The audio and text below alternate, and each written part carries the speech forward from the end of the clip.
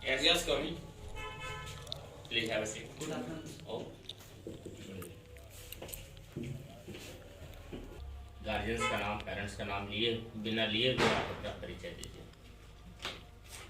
Sir मैं गोपालगंज जिले से हूँ। वर्ष 2003 में मैंने मैट्रिकुलेशन परीक्षा पास की और उसके बाद से सन 2009 से मैंने जयप्रकाश विश्वविद्यालय छपरा से अपने इतिहास प्रतिष्ठा विषय से स्नातक की परीक्षा पास की। उसके बाद वर्ष 2013 में मैं DET शिक्षक पात्रता उत्तीर्ण करके एक शिक्षक सामाजिक विज्ञान के शिक्षक के रूप में कार्यरत हूँ। वर्तमान में आप टीचर हैं बिहार से। नीति और पुरानी शिक्षा नीति में क्या होता है? सर इसमें बहुत सारे बेसिक अंतर है।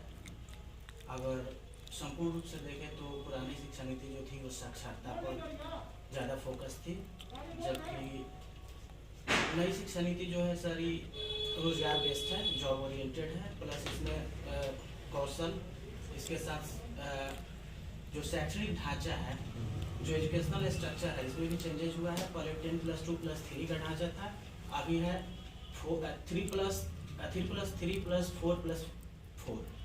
अंग्रेजों के समय में सबसे पहले शिक्षा के लिए ब्रिटिश काल में सबसे पहले क्या प्रयास किया? सबसे पहले सर 1813 के चार्टर एक्ट में शिक्षा के लिए 1 लाख रुपए व्यय करने का प्रावधान किया गया है। उसके बाद से 1833 के एक्ट में उसको किस रूप में खर्च किया जाए और शिक्षा का माध्यम क्या हो, इसके लिए लॉर्ड मैकाले आयोग का गठन किया गया। डिस्पैच आया, उसके आधार पर बहुत सारे आयोग का गठन हुआ और उसी युग में अंग्रेजों ने एक नीति लाया था, शिक्षा का निष्पादन नीति। ये किसने लाया था? ये क्या है? शिक्षा का निष्पादन नीति लॉर्ड डलहौजी के, शायद लॉर्ड डलहौजी के शासनकाल का रहा हो। मुझे जहाँ तक लगता है इस पर मैं श्योर नहीं, माफी चाहूँगा। ये क्या है निष्पादन नीति? इसमें था कि अगर समाज के उच्च वर्ग को शिक्षित कर दिया जाए तो उससे धीरे धीरे वो निम्न वर्गों तक शिक्षा जाएगी और उससे सभी लोग शिक्षित हो जाएंगे। ऑनर्स पेपर क्या रहा? हिस्ट्री रहा। आपका ऑप्शनल इस बार क्या रहा? LSW। तो हिस्ट्री एक स्कोरिंग सब्जेक्ट है और वो लोकप्रिय सब्जेक्ट है, उसको आप छोड़ कर LSW क्यों?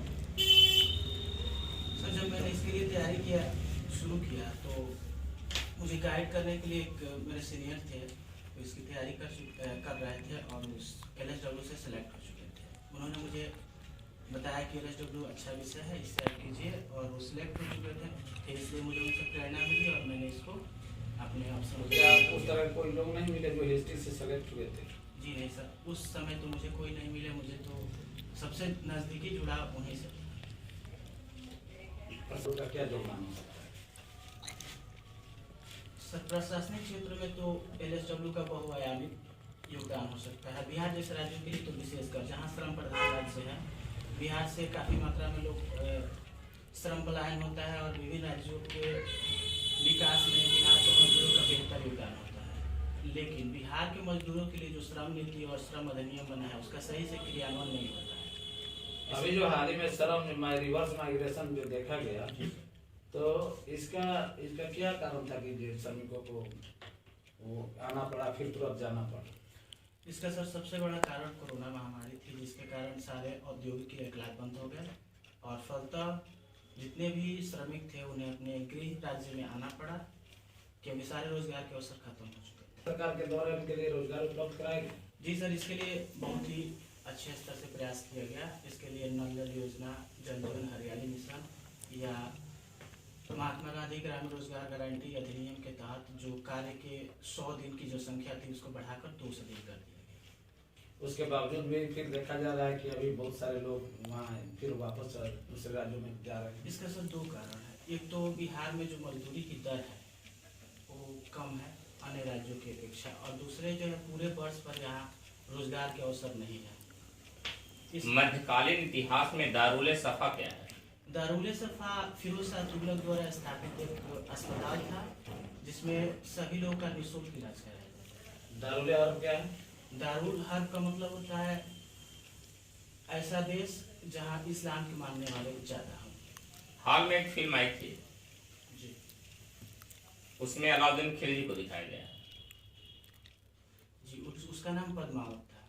उसमें जो पद्मावत की यानी जो एक्ट्रेस जो है, उन्होंने कौन सा कार्य किया है जो कि बहुत ही चर्चित रहा है? वो क्या घटना क्या है वो घटना? सब मुझे जहाँ तक लगता है फिल्म समाज का आईना होता है और साहित्य और समाज को पर्दे पर लाने का काम सिनेमा के द्वारा किया जाता है। हालांकि इस फिल्म में जो आपत्तिजनक चीजें थी वो मुख्य रूप से था कि रानी जो पद्मावत थी वो राजस्थान और पूरे राजपूताना क्षेत्र में पूजनीय है और इसमें थोड़ा सा अंग प्रदर्शन था।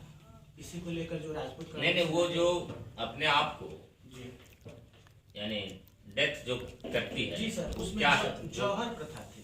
जौहर प्रथा जी ये क्या है जौहर प्रथा? जी सर, जौहर प्रथा मध्यकालीन भारत में बहुत ही व्यापक रूप से जारी थी। जब मुस्लिम आक्रमणकारी किसी राजपूत क्षेत्रों पर या किसी हिंदू बहुल क्षेत्रों पर जब आक्रमण करते थे तो जितने भी राजमहल की जो सुंदर नारियां होती थी या राज्य की जितनी अच्छी स्त्रियां होती थी जवान, उनको वो लोग बंदी बनाकर अपने हरम में ला लेते थे और इस तरह से उनका सतीत्व भंग हो जाता था और उससे बचने के लिए सामूहिक रूप से अपने आप को आग में डाल देते थे। मेरा ये कहना है उसमें राजा रतन सिंह को दिखाया गया है जी तो उसमें जो जौहर की वो छोटी रानी है तो बड़ी रानी को भी जौहर करना चाहिए।